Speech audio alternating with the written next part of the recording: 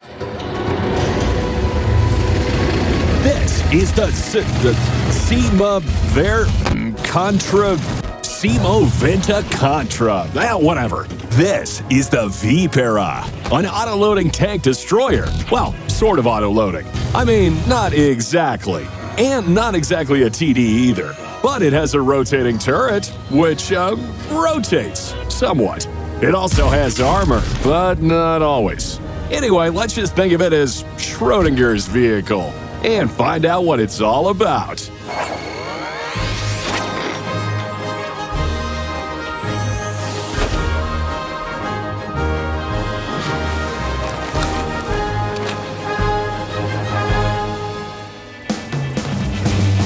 This vehicle rolls. Or to be more precise, it doesn't move in a hurry. With a power-to-weight ratio of 11.7 horsepower per ton, this 50-ton Italian accelerates up to 30 kilometers an hour. That's more than enough speed to make it to the heavy tank flank before the start of the skirmish. On smaller maps, you can even reach the far flanks, like the castle on Himmelsdorf, the town on Lakeville, or the railroad on Live Oaks. You're a bit late to the fight, sure, but you'll be perfectly positioned for the heat of the action.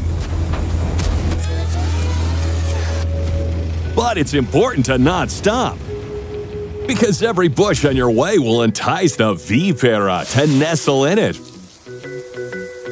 For added concealment. And if you do decide to give in, get ready. That was a shed. And that was your ally's hull. And that was the only person in the game. Looking at its characteristics, it's clear that the Vipera is a wannabe stormtrooper from a famous saga.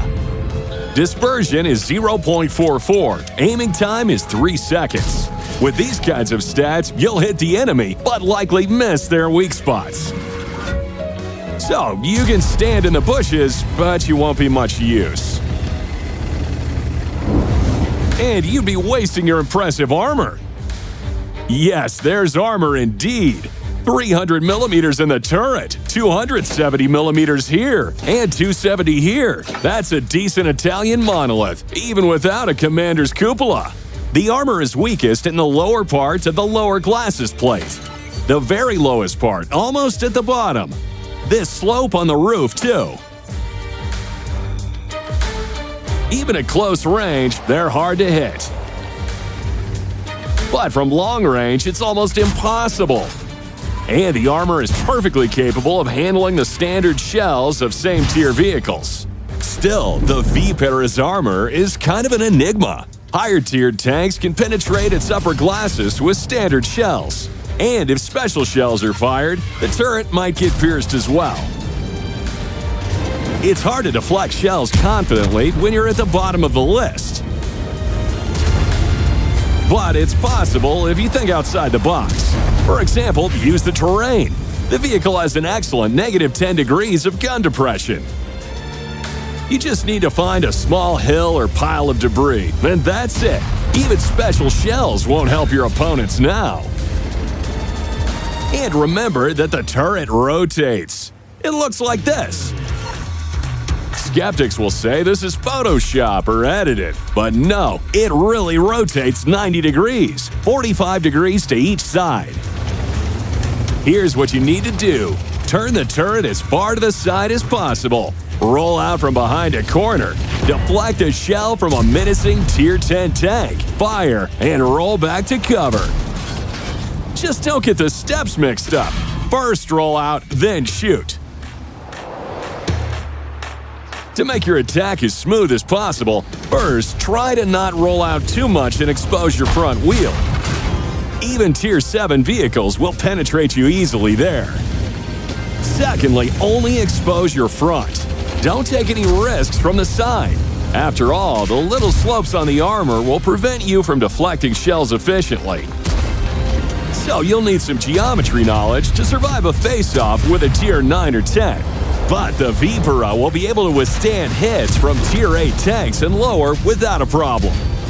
Shooting is where things get really interesting. Sure, the Vipera has an autoloader in name. It deals 5 shells with 400 HP of damage per shot, takes 36 seconds to reload the magazine, and has a reload time of 6 seconds between shots. Yeah, this isn't your typical autoloader. That's why you need to start firing, and most importantly, thinking like a regular cyclic tank. A good cyclic tank. No, an excellent cyclic tank. Let's put it to the test so you can see for yourself. A regular classic duel. Let's find a few opponents with similar damage per shot and excellent damage per minute. It all becomes clear from the first shots. Sure, a few of the opponents gave us some trouble, but they were defeated nonetheless. At the same time, if you equip the Vipera with improved hardening, it can handle most opponents. Even if they're equipped for maximum DPM, just make sure to penetrate them with every shot. The opponents never stood a chance. And that's all thanks to our Italian's amazing autoloader. In 24 seconds, it dishes out as many as 2,000 HP of damage. Nothing gets in its way. Not artillery stun, not a damaged ammo rack, and not even injured crew members. It's always 6 seconds between the shots. So you can be sure that any Tier 8 vehicle is a potential frag to your scoreboard.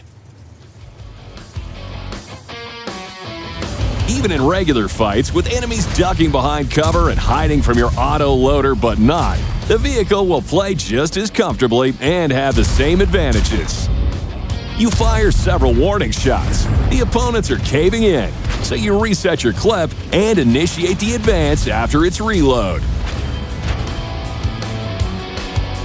36 seconds is just enough time to decide on your tactics, change position, and reach your full potential. There are several ways to equip your Vipera. The most universal option would be with improved aiming, improved ventilation, and improved hardening. If you have a need for speed, use the turbocharger instead of improved aiming. But if you want to have the most accurate Vipera in the Wild West, choose improved aiming, ventilation, and the enhanced gun layering drive. It's always better to have 2 equipment sets to switch between. That's where your field modification will come in. The bonus to stabilization or parallax adjustment for better accuracy can also help you out here.